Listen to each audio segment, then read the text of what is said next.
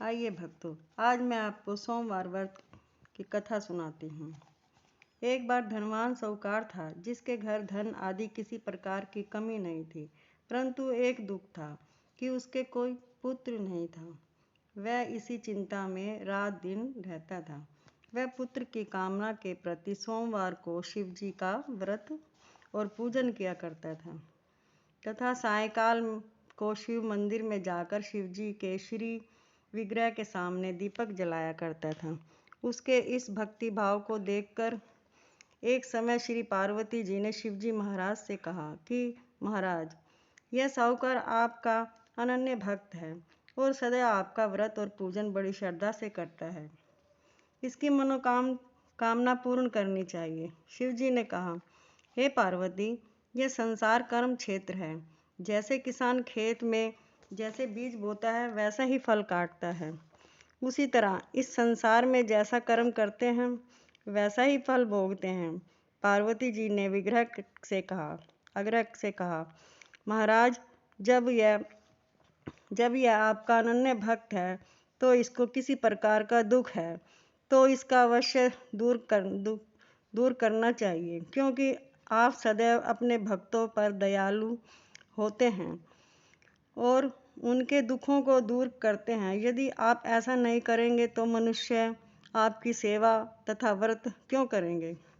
पार्वती जी का ऐसा आग्रह देख शिवजी महाराज कहने लगे, हे पार्वती जी, इसके कोई पुत्र नहीं है। इसी चिंता में यह अति दुखी रहता है। इसे भाग्य में पुत्र न होने पर भी मैं इसको पुत्र की प्राप्ति का वर देता हूँ, परंतु यह पुत्र केवल 12 वर्ष तक जीवित रहेगा, जिसके पश्चात वह मृत्यु को प्राप्त हो जाएगा। इससे अधिक मैं और कुछ नहीं इसके लिए कर सकता। यह सब बातें साहूकार सुन रहा था। इससे उसको ना कुछ प्रसन्नता हुई ना ही कुछ दुख हुआ। वह पहले जैसा ही शिवजी महाराज का व्रत और पूजन करता रहा। कुछ काल व्यतीत हो जाने पर साहूकार की स्त्री गर्भवती हुई और 10वें महीने उसके गर्भ से अति सुंदर पुत्र की प्राप्ति हुई। साहूकार के घर में बहुत खुशी आई, परंतु साहूकार ने उसकी केवल 12 वर्ष की आयु जान कर कोई प्रसन्नता प्रकट नहीं की ना ही किसी को भेद बताया। जब वह बालक 11 वर्ष का हो गया, उस बालक की माता ने उसके पिता से विवाह आदि के लिए कहा तो वह साहूकार कहने लगा, मैं इसका विवाह नहीं करूँगा, अपने पुत्र को काशी पढ़ने के लिए भेज दूँगा। फिर साहूकार ने अपने साले अर्थात बालक के मामा को बुलाकर उसको बहुत सा धन देकर तुम इस बालक को काशी जी पढ़ने के लिए ले जाओ और रास्ते में जिस स्थान पर जाओ यज्ञ करते और ब्राह्मण को भोजन कराते जाओ। यह दोनों मामा भांजे यज्ञ करते और ब्राह्मण भोजन कराते जा रहे थे। रास्ते में उनको एक शहर पड़ा। उस शहर में राजा की कन्या का विवाह था और दूसरे राजा का लड़का जो विवाह कराने के लिए बारात लेकर आया था, वह एक आँख से काना था। उसके पिता को इस बात की बड़ी चिंता थी कि कहीं वर का देख कर कन्या के माता पिता में किसी प्रकार की अड़चन पैदा न कर दे। इस कारण जब उसके अति सुंदर सेठ के लड़के को देखा तो मन में विचार आया कि क्यों न दरवाजे के समय इस लड़के से वर का काम चलाया जाए। जैसा विचार कर वर के पिता न उस लड़के को वर के कपड़े पहनाए ना और घोड़ी पर चढ़ा दरवाजे पर ले आए। जब ले आए और सब कार्य प्रसन्नता पूर्वक हो गया। फिर वर के पिता ने सोचा कि यदि विवाह कार्य भी इसी लड़के से करा लिया जाए तो क्या बुराई है। ऐसा विचार कर लड़के के मामा ने कहा, यदि आप फेरों का और कन्यादान का काम को भी करा दे तो आपकी बड़ी कृपा होगी और मैं बदले में आपको बहुत सा धन दूंगा। तो उन्होंने स्वीकार कर लिया। विवाह कार्य भी बहुत अच्छी तरह संपन्न हो गया। परंतु जिस समय लड़का जाने लगा तो उसने राजकुमारों की चुंदड़ी के पल्ले पर लिख दिया कि तेरा विवाह तो मेरे साथ हुआ है, परंतु जिस राजकुमार के साथ तुमको भेजेंगे वह एक आंख से काना है।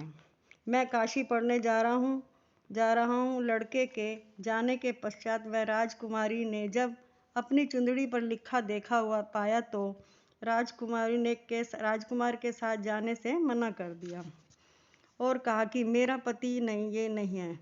मेरा पति तो विवाह के समय साथ ही हुआ, वह तो काशी जी पढ़ने गया है। राजकुमारी के माता पिता ने अपनी कन्या को विदा नहीं किया और बारात वापस चली गई। उधर सेठ का लड़का और उसका मामा काशी पहुंच गए।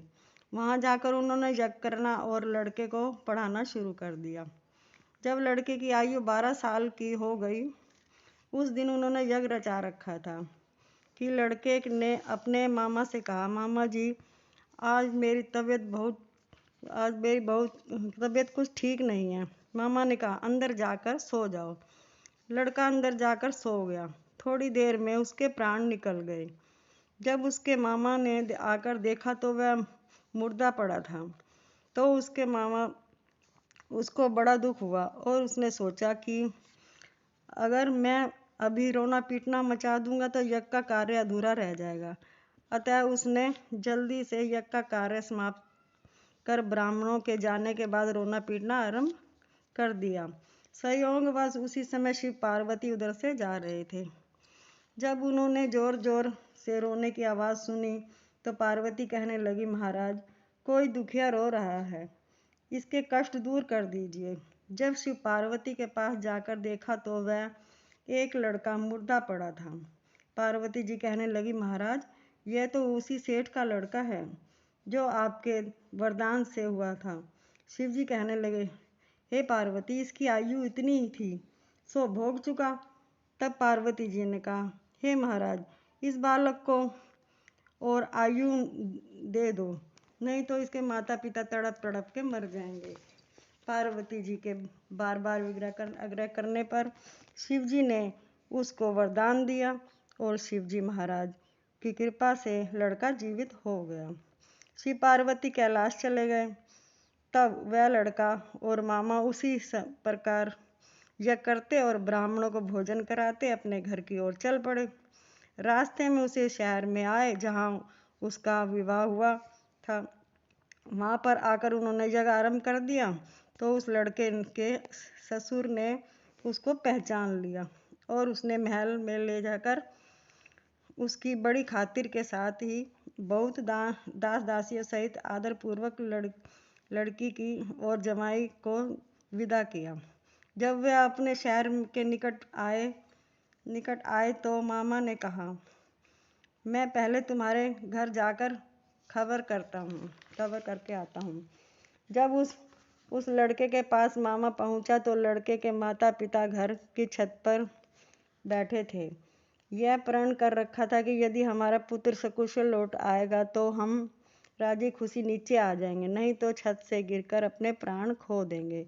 इतने में उस लड़के के मामा ने आकर यह समाचार दिया कि आपका पुत्र आ गया है, तो उसको विश्वास नहीं आया। तब उसके मामा ने शपथ पूर्वक कहा कि आपका पुत्र अपनी स्त्री के साथ बहुत सारा धन लेकर आया। तो सेठ के आनंद के साथ उसका स्वागत किया और बड़ी प्रसन्नता के साथ रहने लगे। इसी प्रकार जो कोई भी सोमवार की व्रत को धारण करता है, अवश्य इस कथा को सुनता पढ़ता है, उसकी समस्त मनोकामनाएं पूर्ण होती है। हर हर महादेव।